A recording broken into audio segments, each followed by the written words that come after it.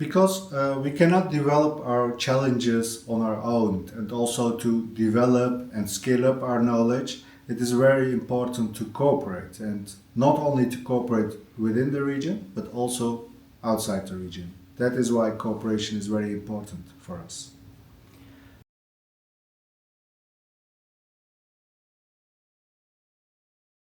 We are actively involved in the region, within the partners, with all our stakeholders in the region.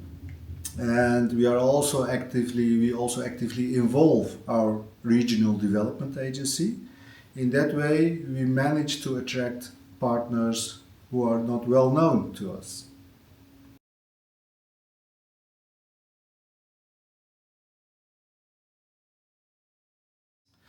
What is important is that you take into account the regional characteristics and the regional procedures.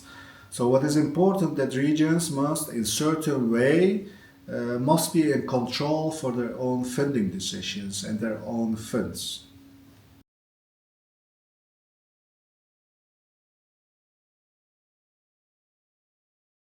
I would say just start. Just start, get in touch with other regions, with other partners, and you will see that you will always bring back some insightful information and knowledge to your own region. So the most important is to get in touch and start.